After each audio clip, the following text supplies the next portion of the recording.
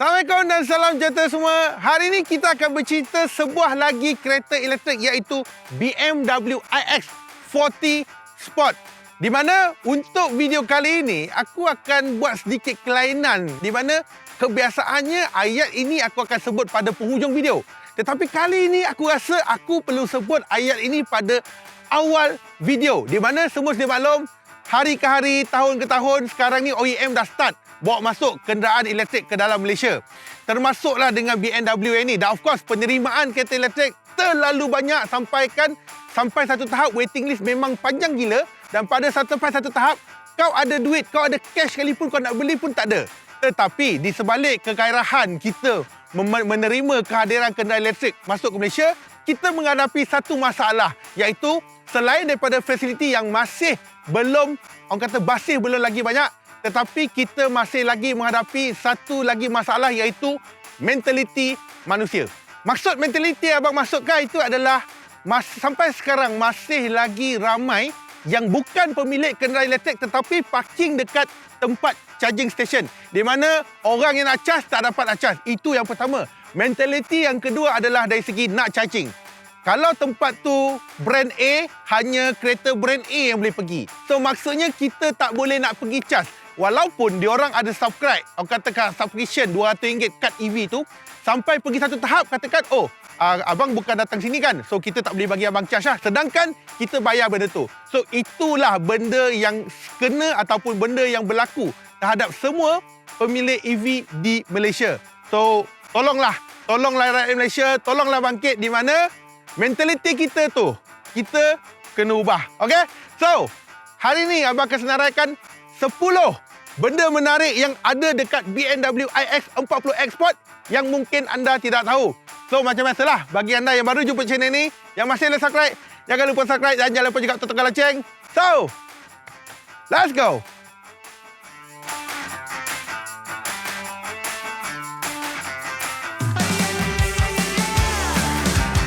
Get up on your feet, this is a shakedown.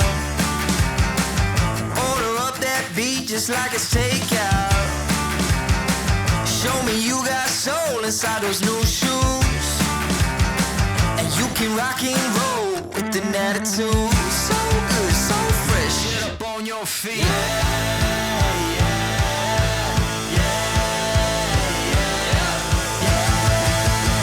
Show me you got soul.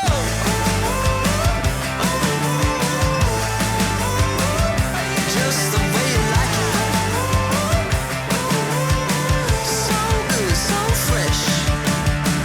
Get up on your feet, this is a shakedown. Brother. Saya duduk atas Alza viral dekat Malaysia, bang. Little Joe pun ada. Of course, semua kereta saya semua ada bang. Terbaik, bang. Tapi alang-alang abang dah pakai Little Joe ni, saya nak bagi benda special lah kat abang. Benda baik. Little Joe Metallic. Nah, barang baru, barang viral sekarang ni berada dekat Petron. Bau dia mantap dan tidak merosakkan interior kereta korang. Abang try. Tak rosak. Oh, okey. Barang lama usah dikenal bang. Dia punya bau. Ini wah, boleh tergoda bang. Bini tak apa, jangan janda suka. So, kalau korang sayang kereta korang, nak pastikan permukaan kereta tak rosak, Dapatkan Little Joe Metallic di Petron sekarang.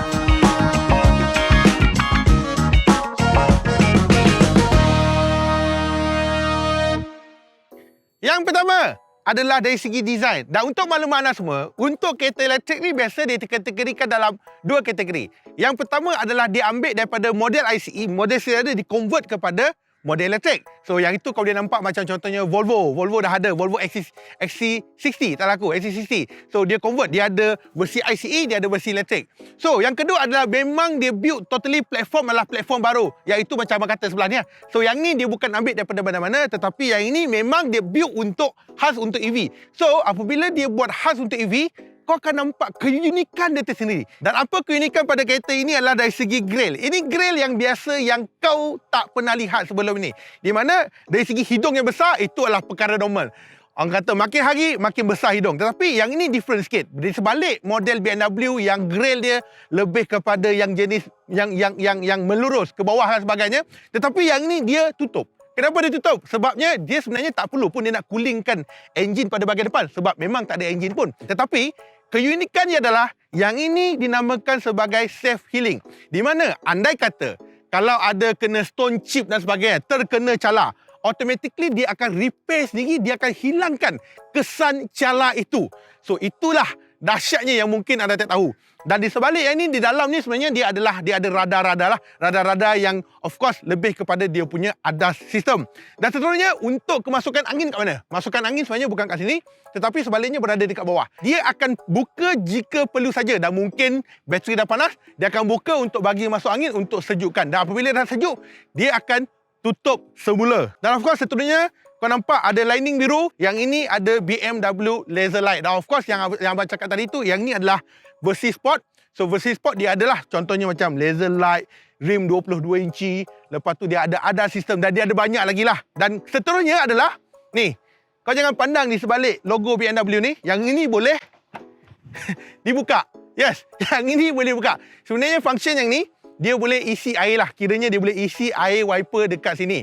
Dan untuk BMW iX ni, untuk bonnet depan ada yang minta kita untuk buka. Sebenarnya bonnet depan memang tak boleh buka. Cuma authorized service center saja yang boleh buka yang ini. So that's why lah mungkin sebab itu kalau nak tambah air, dia bagi yang ni. Buka, kita boleh tambah air anytime. So in term dari segi design, bagi aku ini adalah unik yang mungkin anda tak pernah lihat dekat mana-mana kereta BMW sebelum ini. Yang kedua, buka pintu dia. Memang unik. First time in BMW. Tak pernah lagi macam ni. Ramai orang, sebab aku dah berjumpa dengan ramai orang, kebanyakan dia tak tahu nak buka pintu macam mana. Dia kata, Ustaz tak boleh tekan. Dan senang je. Tangan seluk dalam, buka. Dalam buka. Of course, selain pada keunikan ini, yang ini ada juga frameless. Okay? Yang ini kebanyakan orang tak tahu. Dia katakan, kenapa dia turun bawah lu kenapa dia turun bawah lu Kenapa dia turun? So, jawapan dia mudah ya.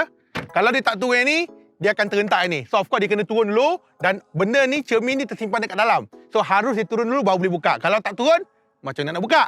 So bagi korang, unik tak yang ni? Nombor 3, dia punya bahagian ni guna carbon fiber. Kesemua pintu, boleh katakan the whole car dia gunakan jenis carbon fiber. Dan yang paling penting adalah carbon fiber ni digunakan teknologi sama macam Formula 1. Dan kenapa dia guna carbon fiber? Of course sebab nak jadikan kereta ini lebih ringan dan jadi lebih kuat. Kenapa dia? Sebab apabila kalau bercerita pasal kereta elektrik, dia memang terkenal dengan berat lah. Berat dekat mana? Berat dekat bateri. So that's why lah dia nak kontrakan untuk menjadikan dia lebih ringan. Dia gunakan carbon fiber. Yang keempat, pada bahagian belakang. Belakang dia serius sangat-sangat cantik, especially dekat bahagian lampu. Lampu ini kalau waktu malam lagi cantik bang. Yang ini aku suka. Tetapi dia bukan uniknya. Unik kat sini. Unik adalah pada sini. Luar ada lampu, dalam pun ada lampu juga. Yang ini adalah tindakan yang bijak daripada BMW. Kenapa ada luar ada lampu, dalam lampu? Bagi saya, pandangan saya adalah ini adalah tujuan untuk emergency. Anda kata kalau berlaku emergency, kita buka bonet belakang ni, of course kalau buka bonet belakang dah tak ada apa-apa lampu dan sebagainya. Sebaliknya, walaupun bonet dah buka, dekat sini pun ada juga. Maknanya yang ini function sama seperti luar. Bagi aku, tindakan ni sangat-sangat bijak dan unik. Dan mungkin kau tak pernah jumpa, luar ada lampu, dalam ada satu lampu lagi. Dan nampak simpul sini pun ada carbon fiber juga. Dan of course, boot memang sangat-sangat besar. Yang ini 474 liter. Tapi kalau kau rasa tak cukup besar, kau boleh tekan yang ini. Di mana kursi kedua boleh diturunkan sepenuhnya. Besar gila weh.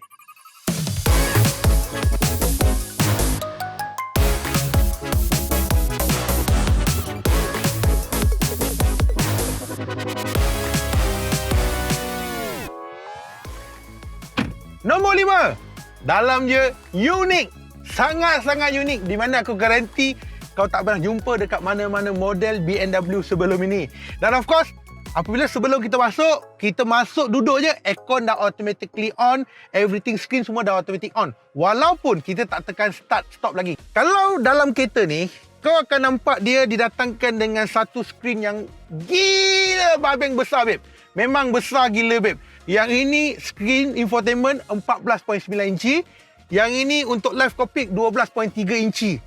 Dia buat macam one piece, yang paling penting adalah dia berbentuk curve tau. Macam TV yang dekat rumah yang bentuk curve tu, yang memang bagi all the pandangan mata sekali pandang kau nampak dia menghadap pada kau. Dan keunikan yang lain adalah dari segi ni, nampak ni? Steering. Ya, aku cuba tekan ni.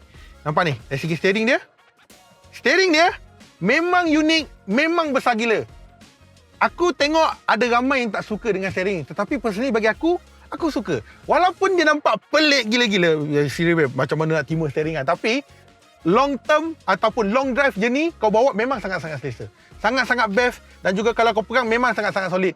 Okey? Dan seterusnya, keunikan seterusnya adalah dari segi ni. Kereta ni ada datangkan dengan crystal everything. Dan kalau kau nampak kepada kereta ni, dia macam ada gabungan beberapa brand tau.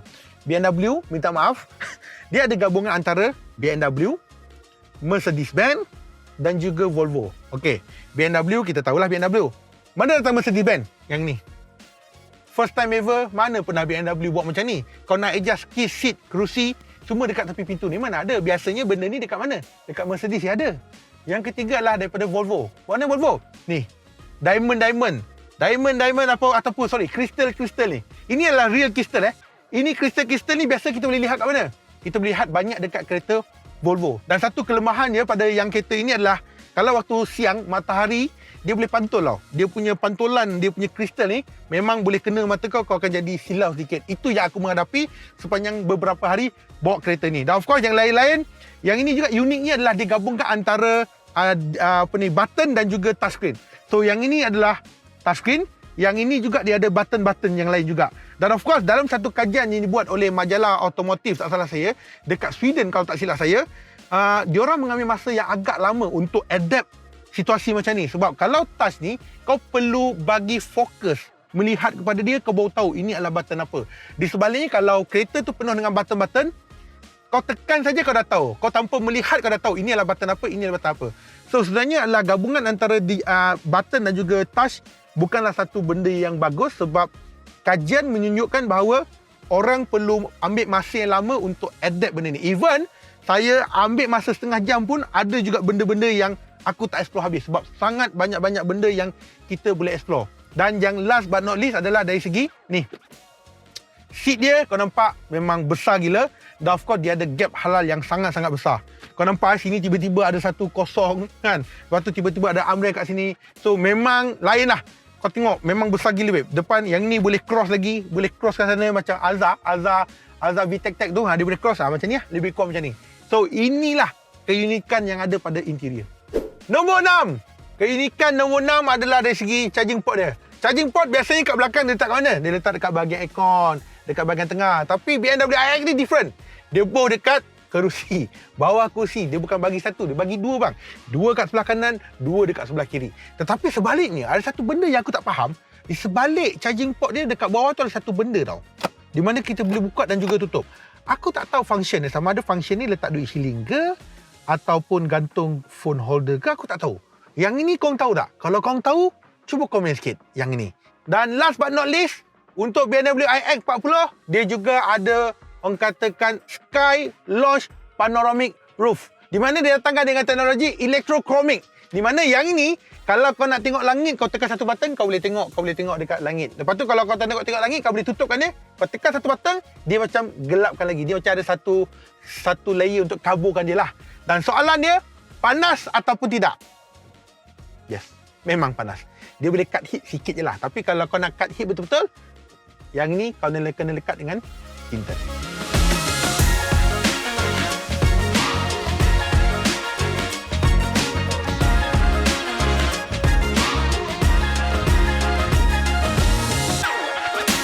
Nombor 7. Bang, tunjuklah enjin bang. Kita nak tengok enjin. Bang, ni kereta elektrik bang. Tak ada enjin. So aku tak boleh tunjuk korang, memang tak ada enjin. So untuk yang ni cuma kita boleh katakan berapakah kapasiti bateri digunakan, berapa horsepower dan sebagainya. So untuk yang ini digunakan 76.6 kW lithium ion bateri dengan dual motor. Dan of course dengan adanya 76.6 kW punya bateri, dia boleh menghasilkan kuasa 326 horsepower dan juga 630 Nm torque. 0 to 100 6.1 saat dan top speed dia boleh pergi 200 km. Dan memang betul, atas kertas dia kata 200, memang 200. Kita dah try, memang boleh pergi 200. Lepas 200 je, dia dah cut off dah. So kiranya wah dah capai 200, tekan macam mana sekalipun, memang dah tak boleh pergi. So dia memang dah cut off. Nombor 8. Soalan paling famous sekali. Berapa lama saya nak charge? Okay, charging don't worry, charging dekat sini. So once di sini kau boleh nampak dia ada AC dan juga DC. AC slow charging, DC fast charging. Okay? Di mana kau boleh buka nampak? Ini slow charging, inilah fast charging. So kalau kau menggunakan AC 11 kW punya charger macam yang ni. So untuk full charge 0 sampai 100 kau cuma mengambil masa 7 jam 15 minit. So, macam mana pula kalau kita guna DC? So, kalau kita guna DC charger dengan kapasiti 150 kW, 0 to 80% dia cuma mengambil masa lebih kurang dalam 30 minit saja. Dan of course, ramai yang tanyakan full charge boleh pergi berapa jauh? So, untuk yang ni, kalau ikut ke atas kertas, full charge dia boleh pergi lebih kurang 425 km. Tetapi, bagi saya takkan ambil 425 km. Aku akan ambil minus 10%. So, minus 10% lebih kurang dalam 380 km saja untuk full charge. Itu pun kalau kau buka aircon. Kalau kau tak buka aircon, mungkin boleh lebih. Dan itu pun depend kepada bagaimana cara pemandang korang. Tapi kalau korang cara bawa korang memang laju, so dia punya kilometer dia akan lebih rendah. Tapi bagaimanapun, untuk yang ni, sambil kau bawa, kadang-kadang dia akan charge juga. Depend on your driving behaviour. Nombor 9. Soalan paling favourite sekali. Berapa harga bang? Saya tak mampu beli pun tak apa. Saya tahu harga pun okey. Okey, fine. Untuk harga yang ni sebenarnya untuk IS40 dia ada dua tau. Dia ada dua jenis. Satu adalah biasa IS40. Satu lagi IS40 versi Sport. So different ni adalah dia ada Sport package lah. Sport package macam laser light, macam rim, contohnya macam ada sistem dan macam-macam lagi lah. So yang ini adalah orang kata dia ada perbezaan. So untuk yang biasa punya, yang bukan Sport package tu adalah 361,000. Manakala yang ini yang datang dengan Sport package, yang ini adalah 407,000. So dia ada perbezaan almost lebih kurang dalam 40,000, 45,000. Lebih kurang kau boleh beli sebiji MyV lah. So bagi aku, kalau kau bertanya pada aku, antara dua ni, dia kapasiti bateri sama. Cuma different spec je lah. So of course bagi aku, kalau tanya aku nak gempak, kena ambil yang high spec lah. Apabila kita membeli kereta, of course warranty penting, warranty kereta penting, but warranty bateri pun penting juga. So untuk yang ni, bateri dia bagi 8 tahun ataupun 160,000 km. Which one comfort? Dan of course ramai tanyakan berapa pula harga bateri. Yang ini saya tidak pasti berapa harga bateri, tetapi logik macam ni lah. Once dia bagi warranty 8 tahun, kalau kau pakai kereta elektrik, berapa lama kau boleh pakai?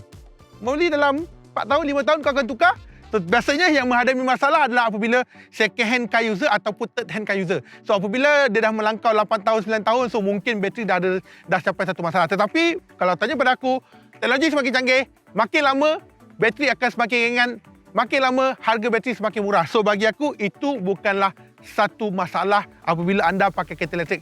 Kalau kau tak fikir benda tu, maksudnya anda sesuai untuk guna kereta elektrik. Tetapi kalau kau ada kerisauan, mana nak charge, berapa jauh boleh pergi, kalau masuk air boleh tak boleh, kalau masuk banjir habis tak habis. So kalau anda berfikiran macam tu, mungkin anda masih lagi belum bersedia untuk memiliki kereta elektrik. Of course, kereta elektrik ni bukan the first car. Normally orang beli kereta elektrik ni adalah second car ataupun third car ataupun selebihnya.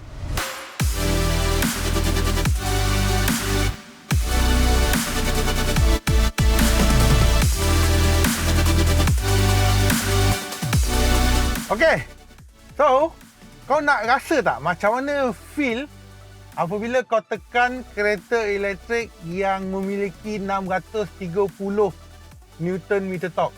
Okey. In 3, 2, 1, go! Oh, G-force dia.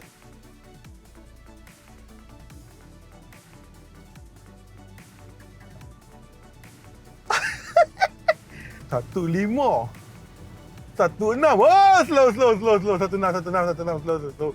Wah, kejap, babe. Kau kira berapa saat tadi daripada mula aku tekan sampai 160? Hey!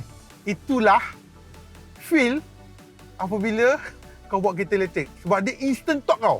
Maksud instant torque macam mana? Okey, kau tengok Aku tekan. Kau nampak ni. Kejap 110. 120. Itulah instant torque. Kau tekannya pergi. So, kadang-kadang kereta elektrik ni membuatkan kau jadi setan. Kau nak laju je. Tetapi, relax lah. Kereta elektrik ni memang relax. Kereta EV ni memang relax. Dan macam tadi 131, aku baru jalan dalam 1 km, dia dah jatuh 3 km. Sebab apa? Sebab cara kau bawa. Kira sama macam minyak. Kereta kau jibat minyak macam mana sekalipun, kalau kau tekan pergi, dia memang jadi macam tu. Dari segi handling bagi aku dia tak langsung tak ada masalah. Dia memang sedap gila. Kau tengok warna kestabilan dalam robot kalau aku ambil bagi kau tengok Kau nampak? Pada speed 60. Kau ambil robot. Gila stabil sikit. Serius lah kau tengok kan. Macam mana aku tak falling in love dekat kereta elektrik. Dan lagi satu adalah, beli kereta elektrik ni aku keep berulang benda sama tau. It is part of the education lah aku nak beritahu pada korang. Kereta elektrik ni, dia lebih kepada planning tau. Macam aku cakap lah, hari ni kau nak ke mana? Hari ni aku nak dekat KL je. Okay, sesuai untuk kau buat kereta elektrik. Tapi hari ni kau kena pergi Kedah, lepas tu lepas sign dokumen 2-3 juta, kau kena pergi ke Kuala Terengganu. So tak sesuai lah. So yang itu, in between, kau kena stop, kau kena berhenti, kau kena charge. Barulah boleh. So kalau yang kau jenis yang macam tu, memang tak sesuai. Kau lebih sesuai untuk buat kereta petrol, yang kau boleh berhenti, kau boleh isi minyak anytime, isi minyak 5 minit, jalan. 5 minit isi minyak, 5 minit, jalan. Tapi yang ni adalah lebih kepada santai. Yang kau dah ada planning. Daripada point A nak pergi point B ke point C, antara point A nak pergi point C, aku tahu mana aku nak berhenti untuk aku charge. Sambil-sambil charge, boleh kau berhenti rehat, boleh minum kopi, boleh makan, boleh solat, boleh rehat. Lepas tu, tup, no, bateri dah full. Kalau kau tanya aku, adakah aku akan beli kereta elektrik? Adakah aku bersedia untuk beli kereta elektrik? Aku akan jawab, yes, kalau aku mampu. Serius, babe. Tetapi anda perlu tahu, satu hari nanti, masanya akan tiba. Sebab ada OEM dah umumkan bahawa dia orang dah tak keluarkan kereta elektrik, dia dah tak keluarkan kereta petrol ICE, dia tak keluarkan kereta diesel dan sebagainya. Semua dah tak keluarkan. So next will be all electric car. So nak tak nak kita perlu terima lah. Okay? BMW iX 40 Sport. So aku rasa sampai sini saja video kita pada kali ini. So macam biasalah, bagi anda yang baru jumpa channel ni, yang masih belum subscribe, jangan lupa subscribe, jangan lupa juga tekan loceng. So kita jumpa lagi video kata bye-bye semua. Assalamualaikum. Good at what I do. I'm OMW. OMW. On my way to you. Good at what I do. I'm OMW. Watch me walk away, putting myself on display.